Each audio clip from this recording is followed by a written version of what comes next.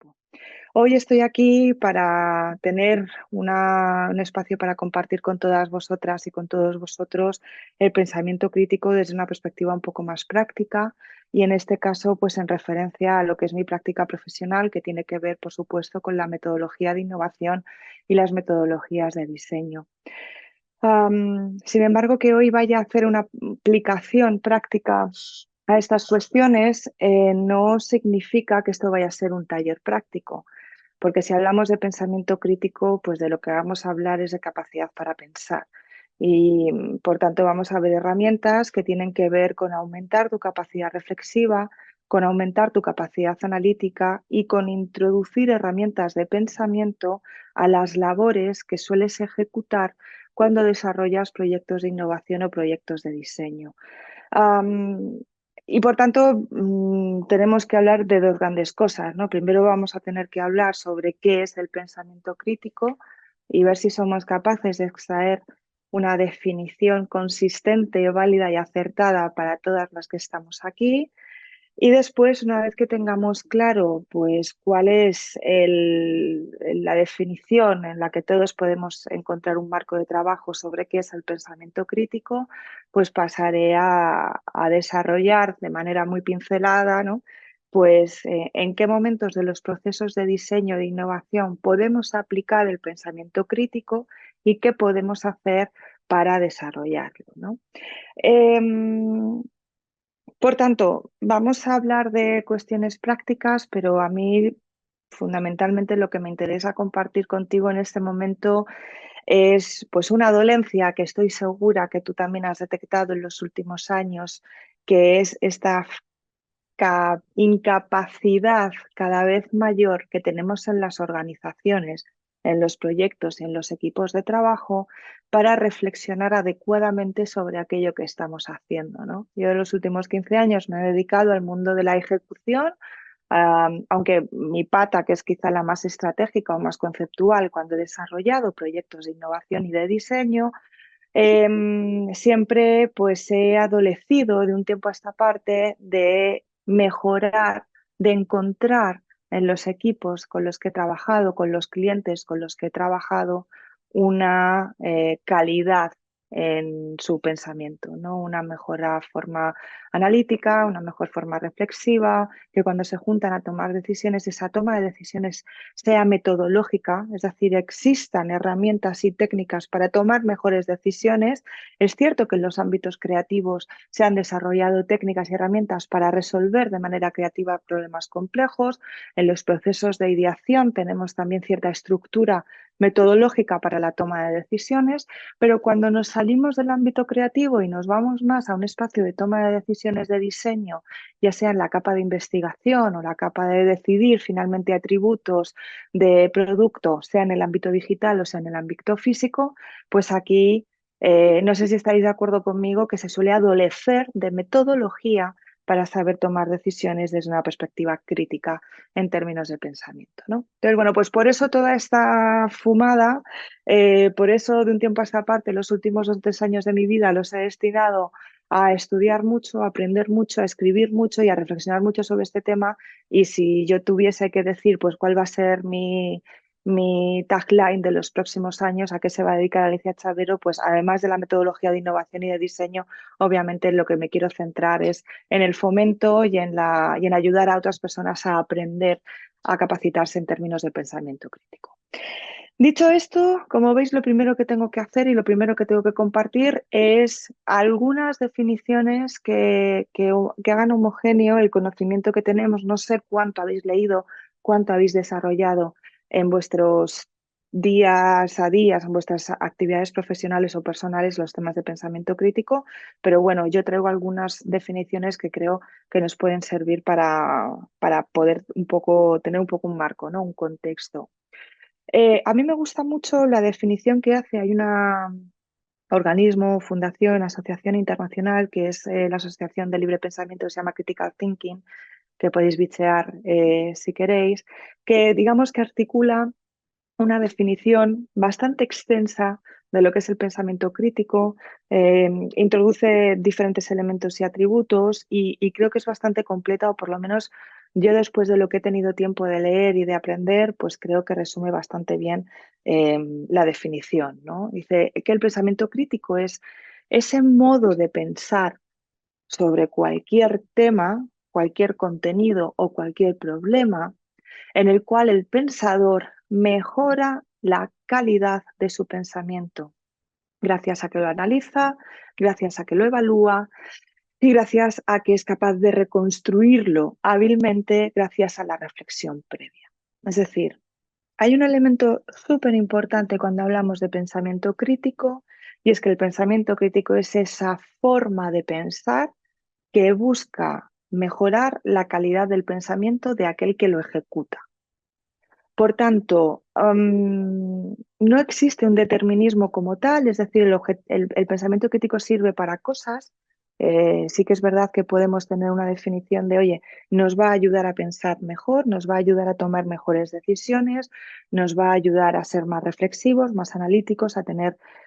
mayor pensamiento holístico en nuestra toma de decisión. Pero por encima de todo eso, el pensamiento crítico lo que va a hacer es ayudarnos y mejorar la calidad de nuestro pensamiento.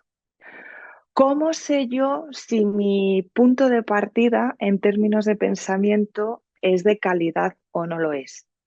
¿Cómo sé yo que tengo un pensamiento de mala calidad, ¿no? O sea, ¿cuál es el baremo?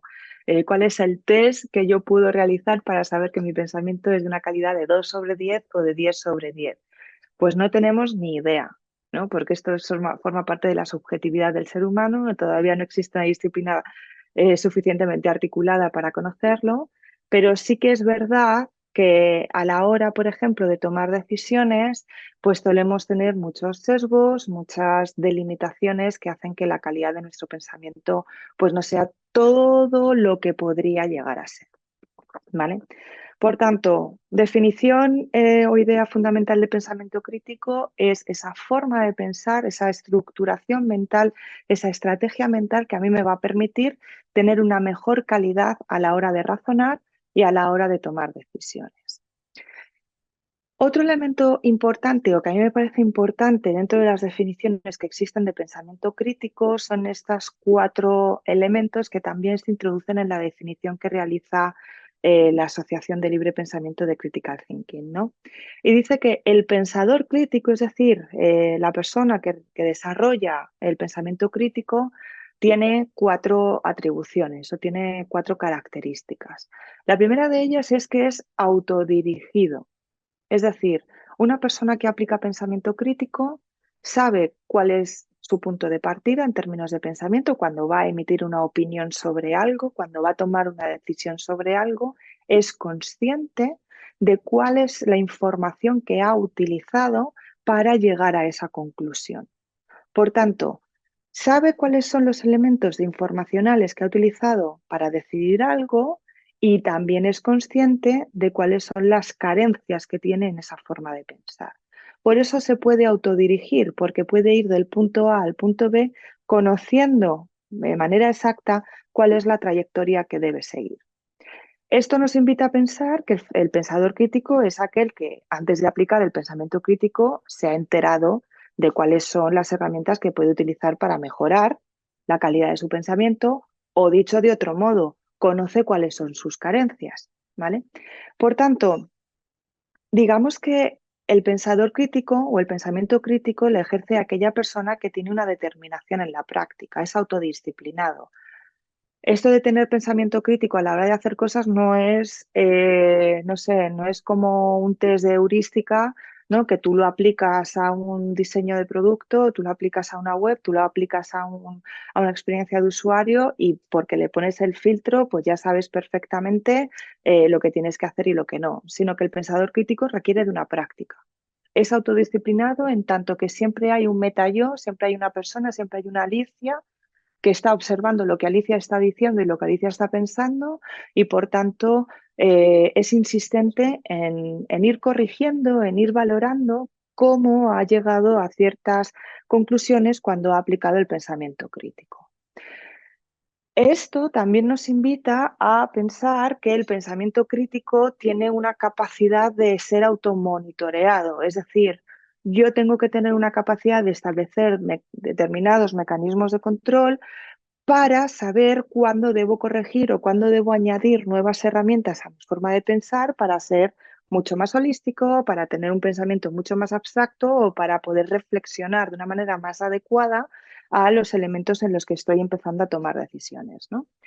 Y por último, pues también decimos que el pensamiento crítico o el pensador crítico es autocorregido, es decir, es capaz de modificar sus argumentos a medida que va aprendiendo cómo ser más holístico, más reflexivo o tener una capacidad mucho más amplia de entender argumentos que son contrarios a los suyos, de incluir como ciertas o como correctas conclusiones que a priori pues hubiera denominado como desacertadas o erróneas. Y aquí hay un elemento que me parece muy interesante y muy importante, digamos, desarrollar, que es el ser capaz de modificar tus propios argumentos implica, y esto ya lo he repetido en alguna otra ocasión, que tienes la humildad suficiente para llevarle la contraria a tu yo del pasado. Porque el pensador crítico o la aplicación del pensamiento crítico implica estar constantemente revisando las creencias y los fundamentos que te han llevado a decidir lo que es correcto, lo que es incorrecto, lo que es bueno o lo que es malo.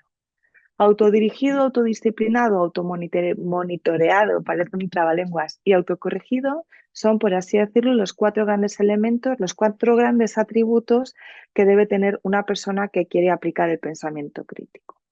No me quiero extender demasiado en este punto porque digamos que en esta diapositiva se resumen eh, elementos que darían para bastantes horas de trabajo, ya no solo de explicación teórica, sino sobre todo práctica, ¿no? Para al que alguien que es novato en estas cosas, pues empiece a integrar ciertos elementos, pero no puedo, digamos, hablar de la aplicación práctica de pensamiento crítico si no me aseguro de que entre todos los presentes tenemos claras estas tres cosas, ¿no? Lo primero de ellos es de qué se compone el pensamiento crítico, ¿vale? Y digamos que a nivel práctico, el pensamiento crítico se articula en torno a argumentos. Es decir, cuando nosotros estamos en una conversación y estamos poniendo en común, pues, no sé, determinadas características de nuestros usuarios, de nuestros públicos objetivos, de nuestro target de clientes, porque vamos a definir ciertos atributos que nos van a permitir luego tomar decisiones de diseño y nosotros empezamos a decir, pues nuestro cliente tiene estas características o tiene estas otras y vamos a defender por qué tiene unas características o no tiene otras, lo que estamos haciendo es argumentar, ¿no?, nuestro posicionamiento. Para que quede constancia de esto, pensemos que los argumentos no son ideas. Los argumentos no son reflexiones o son reflexiones siempre y cuando contengan dos cosas: premisas y conclusiones, ¿vale? Es decir, un argumento es la suma de las premisas, es decir, de las ideas, de las reflexiones que me llevan a una conclusión. Y la suma de las premisas más la conclusión, pues digamos que todo aquello configura un argumento, ¿no? Si yo digo, el suelo está mojado, parece que ha llovido, pues eso podría ser, digamos, un argumento. La premisa es, oye, el suelo está mojado, por tanto, parece que ha llovido, pero ya veríamos si continuáramos en esto en un taller mucho más práctico que esas afirmaciones pues no tendrían los estándares de pensamiento crítico adecuados para poder ser válidos, ¿no? Entonces, pensamiento crítico se articula en torno a argumentos y los argumentos están formados por premisas, por ideas que nos llevan a una conclusión, y para que estas premisas y estas conclusiones sean ciertas, para que un argumento sea cierto, digamos que siempre decimos que tiene que cumplir tres cosas. Una cosa que se llama suficiencia, es decir, que debe haber un número mínimo de premisas, un número mínimo de ideas para que no se quede endeble, ¿vale? Para que digamos que conformen una idea al completo. Si yo digo el suelo está mojado, parece que ha llovido, alguien puede decir, bueno, que el suelo esté mojado no es indicativo, no es suficiente como para poder afirmar que ha llovido, porque puede estar mojado pues porque alguien ha pasado con una manguera o porque alguien iba caminando con una botella de agua y se le cayó al suelo y entonces el suelo se mojó, ¿no? Suficiencia habla, por así decirlo, de la cantidad de premisas que necesitamos para dar cierta una conclusión y para dar cierto un argumento. La relevancia habla de la calidad, es decir, cuando nosotros estamos defendiendo una idea, pues tenemos que hacer alusión a que las premisas, que las ideas que utilizamos, pues tienen que ser determinantes para que la conclusión también sea cierta, ¿vale? Si la suficiencia nos habla de la cantidad de premisas que necesitamos para que un argumento sea válido, la relevancia nos habla de la calidad, ¿no? Y esto, por ejemplo, en las reuniones de trabajo, pues nos podemos dar cuenta, ¿no? En muchas ocasiones estaréis de acuerdo conmigo que hemos estado en reuniones donde ha habido personas que han defendido determinadas ideas, que las defendían en términos de cantidad, pero cuando le preguntábamos cuál era la fuente de esas ideas o por qué crees o de dónde obtienes la idea de que los clientes van a querer este producto y no van a querer esto otro, la relevancia de sus fuentes no es adecuada, ¿no? Pues bien, pues porque no, porque tienen lo que se llama un autor ausente, es decir, pues porque no saben justificar de dónde han obtenido estos datos, porque no saben,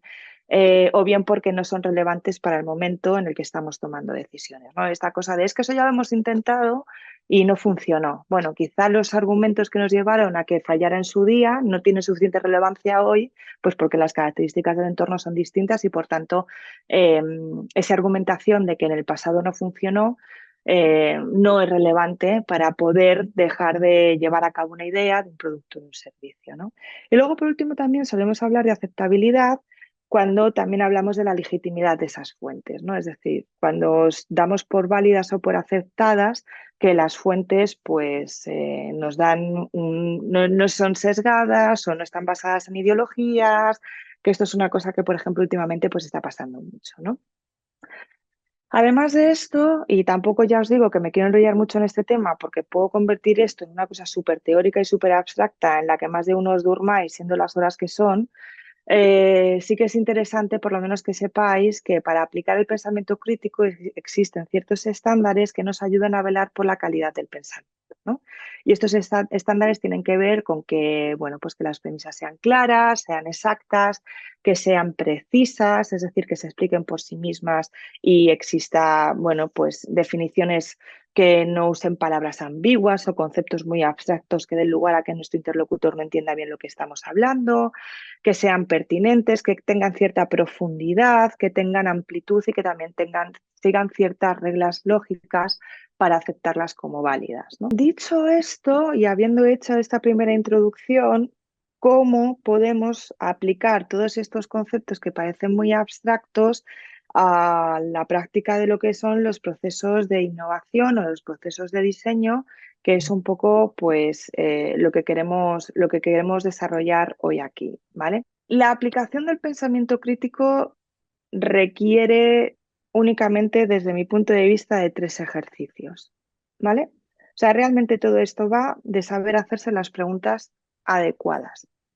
¿Qué son las preguntas adecuadas? Aquellas que nos ayudan. Hoy os voy a poner un montón de ejemplos sobre qué es una pregunta adecuada en los diferentes espacios de diseño. Pero bueno, hacerse la pregunta adecuada y como digo aquí, hacerse la pregunta 3 veces. A mí el número 3 me gusta mucho porque me ayuda mucho cuando explico conceptos y cuando desarrollo proyectos a simplificar y argumentar de manera adecuada, precisa, clara y amplia todo lo que necesito trabajar, ¿no? Cuando digo de hacerse la pregunta adecuada 3 veces, significa que no te conformes con que la respuesta inicial que le das a una pregunta sea la adecuada, ¿vale? Es más, si te haces una misma pregunta y eres capaz de responder desde 3 formas distintas y las 3 parece que tienen sentido, te diría que habrás hecho una aplicación de pensamiento crítico muchísimo más adecuada y acertada, así cuando haces esa misma pregunta 3 veces, las 3 veces contestas lo mismo, ¿vale? Hazte las preguntas adecuadas al menos 3 veces. Esto también nos lleva a la idea, y una de las cosas que me parece interesante cuando hablamos de pensamiento crítico, es que el pensamiento crítico conlleva unos tiempos de ejecución bastante más lentos a los que solemos utilizar y trabajar cuando estamos tomando decisiones en los procesos de proyecto. Los términos de productividad y, bueno, y el hecho de pertenecer a organizaciones que exigen plazos de entrega o que nos invitan a desarrollar proyectos a unas velocidades que normalmente suelen ser inadecuadas porque el 99% de las veces se tarda siempre más en hacer las cosas que lo que pusimos en un papel, En términos de pensamiento crítico, deberíamos empezar a trabajar esta cosa de ir bastante más lento a la hora de tomar decisiones. Cuando hablamos de contestar a lo que se pregunta con honestidad 3 veces es porque hay muchísimas veces que estamos en sesiones de trabajo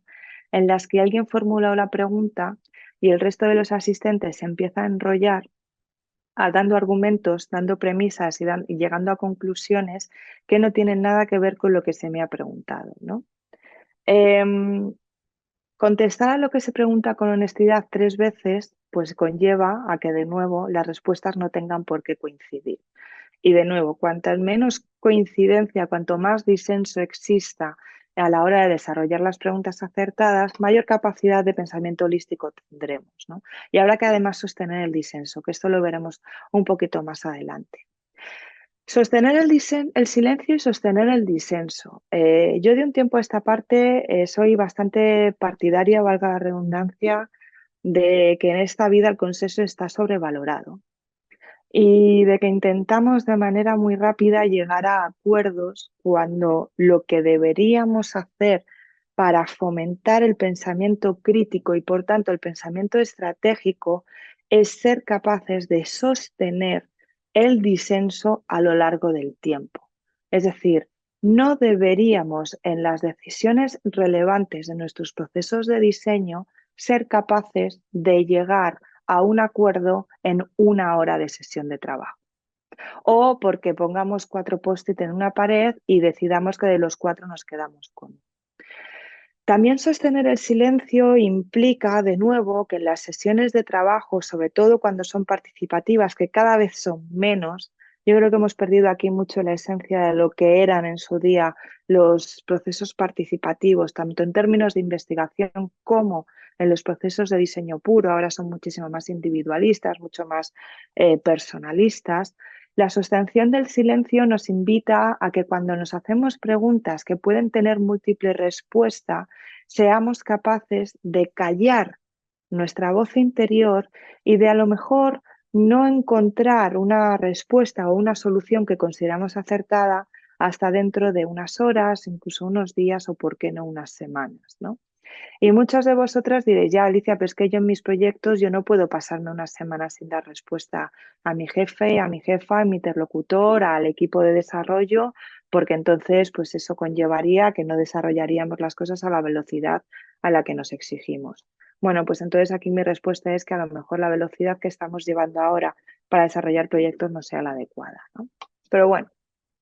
hacerse preguntas al menos 3 veces, contestar a lo que se pregunta de manera honesta al menos 3 veces y sostener el disenso y el silencio antes o por encima de la toma de decisiones cortoplacista, rápida y sin reflexión de por medio, ¿no?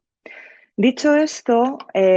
digamos que podemos desarrollar el pensamiento crítico a lo largo de un sinfín de metodologías y de momentos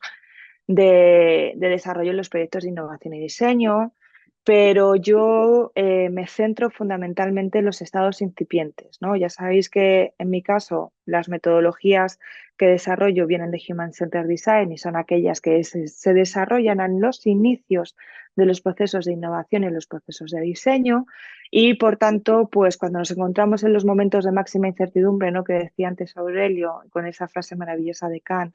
que la inteligencia viene dada por la capacidad que tiene un ser humano de sostener la incertidumbre a lo largo del tiempo, bien sabéis mejor que yo que en los procesos de innovación y de diseño la incertidumbre es casi lo que más nos acompaña a lo largo del proceso, ¿no? Por tanto, lo que yo os voy a enseñar ahora sobre aplicaciones de pensamiento crítico se va a centrar fundamentalmente en los estados iniciales de los procesos de diseño, aquellos en los que estamos definiendo el propósito, la estrategia, el briefing del para qué estamos haciendo lo que estamos haciendo, procesos de investigación cualitativos y no tanto cuantitativos que buscan la exploración y el conocimiento de qué es lo que sucede alrededor de la problemática que queremos abordar. Por tanto, voy a delegar quizá un poquito toda la investigación aplicada a la validación de producto, que entiendo que la mayoría de los que estéis por aquí y desarrolléis investigación, lamentablemente os están invitando las organizaciones a que solamente investiguéis para validar y no tanto para explorar nuevas alternativas. Y, por supuesto, en los momentos propios de ideación, de diseño y de prototipado. Dejo fuera de este marco todos los momentos de metodologías de diseño, sobre todo de innovación, que tengan que ver con la ejecución. Metodologías que beben de las filosofías Lean, metodologías que beben de las de filosofías Scrum y todo lo que tiene que ver con el doer. No me interesa el doer para nada, cada vez me interesa menos la ejecución, por tanto me centro en la primera parte que tiene que ver con el thinking, ¿no? Por eso se llamaba pensamiento de diseño y no hablábamos de design doing, sino que hablábamos de design thinking, ¿no? Bajo mi punto de vista, excesivamente sobrevalorado el tema del doing y muy poco valorado y por lo menos trabajado el tema del thinking, ¿no? Bien, hecha esta aclaración, divido, digamos, la ejecución del pensamiento crítico en tres grandes momentos, ¿no? El primer momento en el que yo creo que se puede desarrollar el pensamiento crítico y los procesos de diseño es en ese momento en el que estamos definiendo la problemática, ¿no? Este momento en el que definimos el punto de partida. Ya sea porque definimos un briefing para que alguien ejecute un proceso de diseño, un proceso de innovación, o bien porque a nosotros nos llega ese briefing y tenemos que articularlo en una metodología, en unas actividades o en unas tareas, ¿no? Desde mi punto de vista, aquí existen 4 cosas sobre las que tú puedes empezar a hacerte preguntas que te van a invitar a mejorar la calidad del pensador crítico que llevas dentro, que es todo aquello que tiene que ver con el propósito, todos los argumentos que tú hayas utilizado para definir el punto de partida tal y como lo has definido, todo lo que tiene que ver con los supuestos, con lo que estás dando por hecho de esos argumentos iniciados y todo lo que tiene que ver con la reflexión de la implicación en términos de ecosistema, ¿vale? Voy a explicar un poquito cada uno de estos términos, si bien, ya te digo, si hay dudas, pues luego en la parte de preguntas y respuestas lo aplicaré, ¿vale? Con el tema del propósito, yo creo que a nadie le es ajeno esto de que hoy en día pues todas las organizaciones están redefiniendo sus propósitos porque, bueno, queremos dejar de ser human-centristas y estamos ampliando los límites de nuestros ecosistemas, estamos incluyendo reflexiones de carácter ambiental, de impacto social y de incorporar otros KPIs que definan quiénes somos o quiénes queremos ser, ¿no?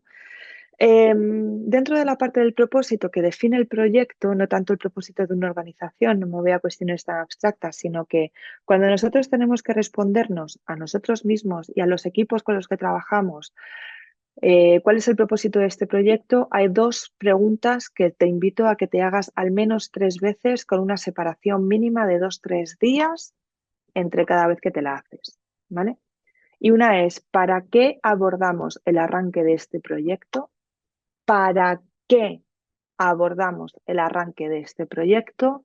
¿Qué objetivo tenemos con este proyecto? Hazte la pregunta 3 veces, deja al menos reposar las respuestas entre 2 y 3 días mínimo. Este ejercicio lo puedes hacer de manera individual, lo puedes pedir a tu equipo que lo haga de manera individual y cada 2 o 3 días os juntáis y mostráis el resultado de vuestras conclusiones, o bien lo podéis hacer todos a la vez y de nuevo no buscáis el consenso, sino que se permanece en el disenso y se permanece en la disparidad de respuestas que podamos dar. ¿Por qué? Porque esto lo que nos va a permitir es entender que los propósitos y los objetivos pueden tener muy diferente naturaleza dependiendo de quién se hace la pregunta y del momento en el que nos estamos haciendo estas preguntas, ¿vale? En segundo término, y hablando de los argumentos, es súper importante que seas capaz de identificar cuál es la información que has utilizado para dar respuesta al propósito. ¿De dónde viene esa información? ¿Por qué has considerado que el objetivo que has descrito es ese y no es otro? Hay muchas veces que los objetivos nos vienen dados. Tenemos que reconfigurar el producto en estas casuísticas, tenemos que mejorar las métricas relacionadas con no sé qué, tenemos que ampliar el segmento de mercado que tenemos, no sé qué, no sé cuántos. Bueno, pero una cosa es que a ti te digan eso y otra cosa es que se sea tu objetivo como trabajador, como trabajadora, como persona que participa en ese proceso de diseño. y cuál es la información que tú has utilizado para llegar a esa conclusión. Y de nuevo, siguiendo las premisas de que los argumentos deben ser suficientes, aceptables y relevantes, pregúntate a ti mismo si esa información es suficiente, es decir, cuentas con bastante información para que haber definido ese objetivo tenga sentido, o bien has dicho lo primero que se te ha ocurrido y no hay fuente de información ninguna, si es aceptable en términos de que las fuentes que has utilizado para dar conclusiones son acertadas y si es relevante en términos de calidad, ¿vale? Si no es porque te lo contaron en el pasillo, porque alguien tomándose un café contigo te dijo que es que eso era lo que tenía que ser, o bien te has preocupado de hacer una indagación para obtener la información de las fuentes que tienen que ser relevantes, ¿vale? Por supuesto que en la parte de los argumentos no siempre la información con la que vas a tomar decisiones a la hora de definir qué hacer en el proyecto, a quién nos dirigimos, por qué estos son los usuarios y no son otros, por qué estos son los problemas que queremos resolver y no son otros. Toda esa información va a ser siempre objetiva, medible y cuantificable en términos de fuentes de información. Vas a dar por supuestas muchas cosas. Tu equipo va a dar por supuesto muchas cosas e incluso tu jefe o tu jefa o de dónde haya venido el requerimiento de este proyecto también habrá dado por supuesto muchas cosas. Por tanto, el tercer elemento al que te invito, que debes hacer reflexión al menos 3 veces y darte tiempo para hacerte esta pregunta al mínimo 3 veces es ¿qué hemos dado por sentado para tomar esta decisión de proyecto? ¿Qué hemos dado por cierto? ¿Qué no hemos cuestionado a la hora de definir este proyecto? Y es muy interesante porque aquí, por supuesto, valga la redundancia, saldrán lagunas de información que deban ser pues, atacadas durante los procesos de proyecto, ya sean en la investigación que vayas a hacer interna o la investigación que vayas a hacer externa o las fuentes de información que vayas a utilizar a lo largo del proyecto, ¿vale? Por último, pero no por ello menos importante, hay un espacio de pensamiento que tiene que ver con la reflexión más holística o más analítica, que son las implicaciones. Es decir, que yo lleve a cabo este proyecto, que yo me inmersione durante las próximas 6 semanas en desarrollar, en ejecutar este tema, ¿qué implicaciones tiene? Y esta es una reflexión que debe ir como las capas de la cebolla, que tiene que ir de dentro hacia afuera. ¿Qué implicaciones tiene para mí? Yo, Alicia, como persona que ha decidido estar aquí dando esta sesión de pensamiento crítico aplicado, ¿qué implicaciones va a tener para mi equipo más inmediato, para la gente con la que yo estoy trabajando en el día a día? ¿Qué implicaciones va a tener en el área al que pertenezco o bien las diferentes áreas con las que yo también me voy a tener que poner de acuerdo para trabajar en el proyecto? Y de ahí me voy a ecosistema y el ecosistema puede ser un ecosistema de family and friends, es decir, que yo me meta en esta movida va a afectar a mi familia, va a afectar a mi entorno más cercano, va a tener consecuencias en mi tiempo libre, en la disposición personal que yo me había configurado hasta ahora, va a tener implicaciones en los familiares de las personas con las que trabajo, es decir, su ecosistema también se va a ver afectado, ¿de qué forma? Va a haber implicaciones logísticas o de proveedores dentro de mi organización, es decir, esto va a cambiar, va a reconfigurar de alguna manera las relaciones establecidas hasta el momento. A nivel de geolocalización, de espacio y de tiempo, de dónde vamos a desarrollar este proyecto, ¿va a haber alguna implicación? Pues porque esto lo tenemos que hacer en remoto y va a suponer cosas, o lo vamos a hacer en presencial y va a suponer cosas, desplazamientos, no lo sé, de alguna forma, y por tanto también qué impacto a nivel organizacional puede tener esto que hemos decidido trabajar. Todas estas reflexiones, todas estas preguntas me van a conllevar a tener una capacidad de pensamiento mucho mayor desde el inicio del desarrollo del proyecto que me van a permitir adelantarme a situaciones futuras, a consecuencias futuras que a lo mejor luego me voy a encontrar y que si previamente las he identificado y he reflexionado sobre ellas, pues por lo menos no me van a pillar de nuevas, ¿vale? No me van a pillar con el pie cambiado. Por tanto, propósito, argumentos, supuestos e implicaciones son los cuatro elementos en los que deberíamos hacernos preguntas para desarrollar nuestra calidad de pensamiento crítico cuando estamos en las fases incipientes de nuestros procesos de proyecto, ¿vale? Cuando nos vamos a los procesos, segundo gran momento para mí interesante que tiene que ver con la investigación y el análisis. Eh, y cuando hablamos de investigación, pues todo lo que tiene que desarrollar, tanto las fases previas de diseño, los procesos de diseño de la propia investigación, los momentos de validación, los momentos de análisis y de desarrollo de conclusiones. Ya estemos haciendo esta investigación utilizando técnicas más etnográficas o sociológicas, o ya estemos utilizando técnicas pues más automáticas o de procedimientos tecnológicos para el desarrollo de investigación y análisis, ¿no? Es interesante que, por ejemplo, cuando estés en un proceso de análisis con el equipo, eh, te hagas una sesión de trabajo en la que puedas desarrollar estas 5 preguntas, ¿vale? O a lo mejor lo hagas de manera individual de nuevo con el equipo y hagáis un check en algún momento en el que os pongáis a comparar, ¿no? Estas reflexiones. La primera de las preguntas es, oye, si yo he llegado a ciertas conclusiones después de un proceso de investigación y considero que estas conclusiones son ciertas, hazte la primera pregunta. ¿Es cierto porque creo en ello? Es decir,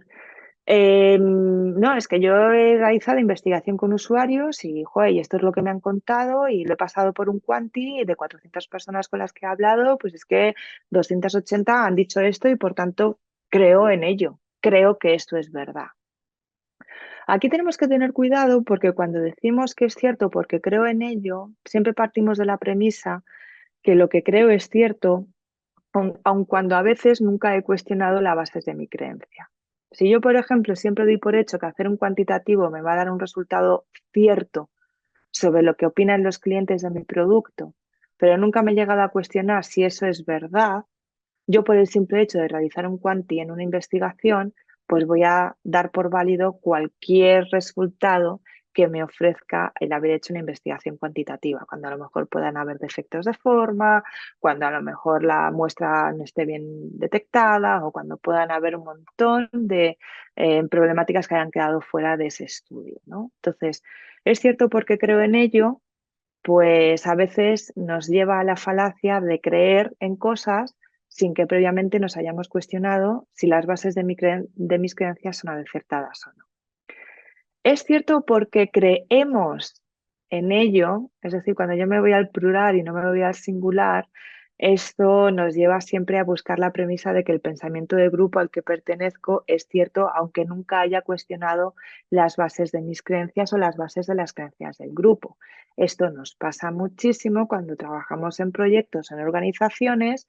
eh, donde existe una cultura organizacional muy fuerte, donde además pues han fomentado que nos creamos muy guapos, muy ricos y muy famosos y que siempre seamos los mejores en aquello que hacemos y por tanto exista poca capacidad de criticidad a las creencias grupales dentro de la organización, ¿no? Y oye, pues es que si todos los en la sala estamos de acuerdo en que esto es así, es cierto porque creemos en ello, pero nunca hemos cuestionado si las creencias grupales pues son acertadas, ¿no?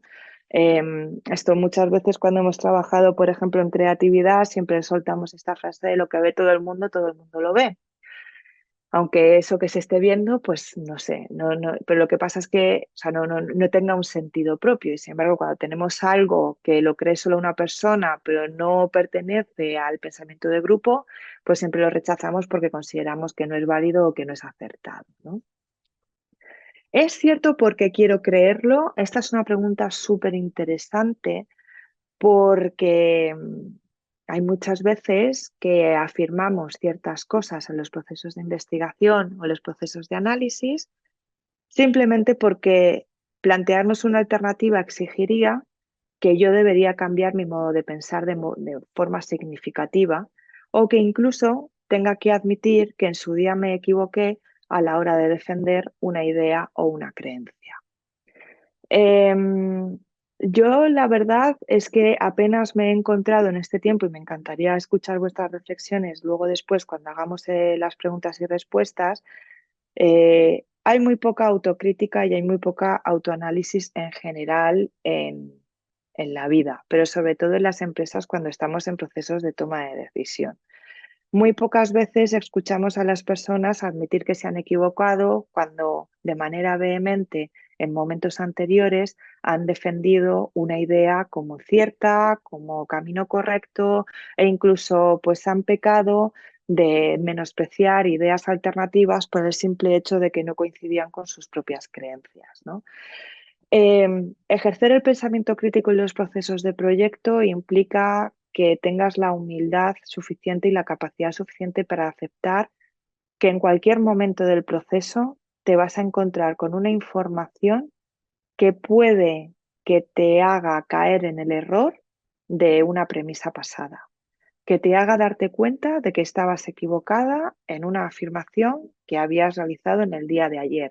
que habías dirigido al equipo hacia un lugar que era incorrecto, que habías desestimado una idea de un compañero que luego resultó ser la mejor, pero que tú machacaste en que esa idea no se tuviera en cuenta. Y al igual de que no encontramos a personas que sean capaces de replantear sus creencias, pues porque, bueno, pues porque no se justifica que sigan pensando así, tampoco somos capaces de crear entornos seguros donde las personas puedan admitir sus errores y sean acogidas por el contexto social en el que están admitiendo ese error,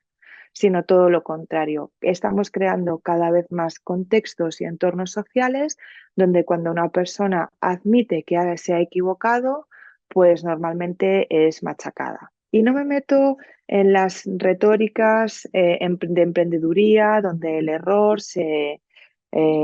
valora como algo positivo, ¿no? O sea, no me voy a los entornos de emprendimiento donde creo que existe mucha narrativa y mucha dialéctica que no se corresponde con la realidad. Me refiero sobre todo a contextos de trabajo donde tú puedas libremente pues replantearte ciertas creencias y de repente estar defendiendo una idea que no tiene nada que ver con lo que defendías ayer, porque la gente te va a empezar a acusar de es que tú ayer decías una cosa y ahora estás diciendo otra, ¿no? Sucede en las mejores familias, suceden hasta en las mejores convivencias de pareja o en las familias dentro del hogar, ¿no? Bueno, eh, el hecho de que es cierto, o sea, el creer que algo es cierto porque así lo he creído siempre, o incluso el es cierto porque me conviene creerlo, que esto es también una falacia maravillosa, y es que al final nosotros pues nos identificamos por nuestros contextos sociales, por nuestras ideologías, confundimos la ideología con identidad y por tanto cuando alguien critica nuestra ideología pues también consideramos que está criticando nuestra identidad como seres humanos y entonces pues aquí nos metemos en unos berenjenales tremendos en términos de llevarle la razón o no a algo. Pero el es cierto porque me conviene creerlo muchas veces tiene que ver con no contradecir el status quo de pensamiento que existe dentro de la organización o que existe a la hora de desarrollar un proceso de diseño de aprendizaje, ¿no? Es decir, incluso dinámicas de poder dentro de las organizaciones. Yo no voy a contradecir lo que está diciendo fulanito porque me conviene creer que lo que está diciendo es cierto, porque si no, pues podría estar incluso atacando el propio status quo que en este momento tengo desarrollado, ¿no?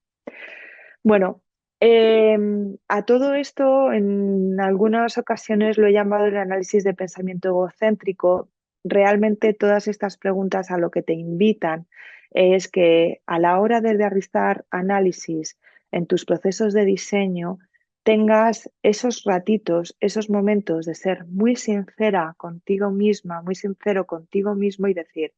esto que estoy afirmando,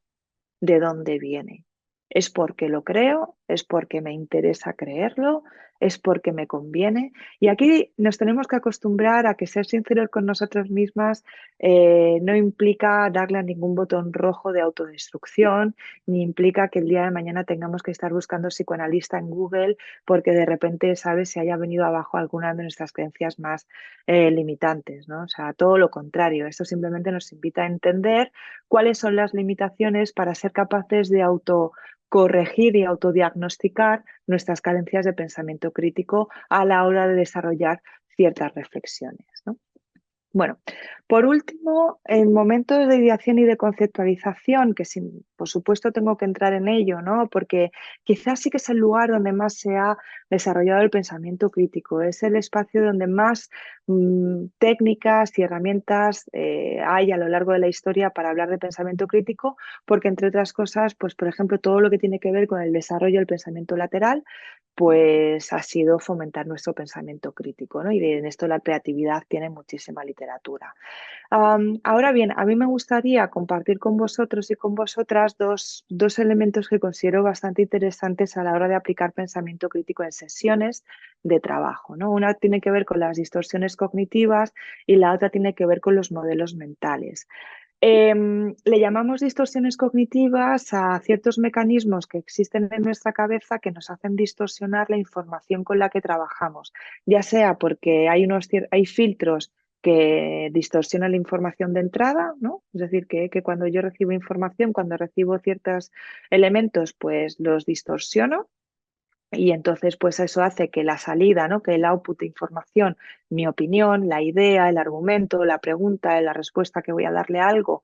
pues también genere cierta distorsión. Y luego están los modelos mentales, que son estas formas que tenemos los seres humanos de intentar explicar el mundo que nos rodea y que muchas veces esas explicaciones pues son demasiado sesgadas y que por tanto nos invitan a tener también respuestas excesivamente sesgadas. En cuanto a las distorsiones cognitivas, a mí me gustaría resaltar dos de ellas. El primero tiene que ver con las generalizaciones, ¿no? Cuando estamos en procesos de diseño, cuando estamos en procesos de ideación, sobre todo, hay una carencia bestial a que la gente sea capaz de tener ideas concretas.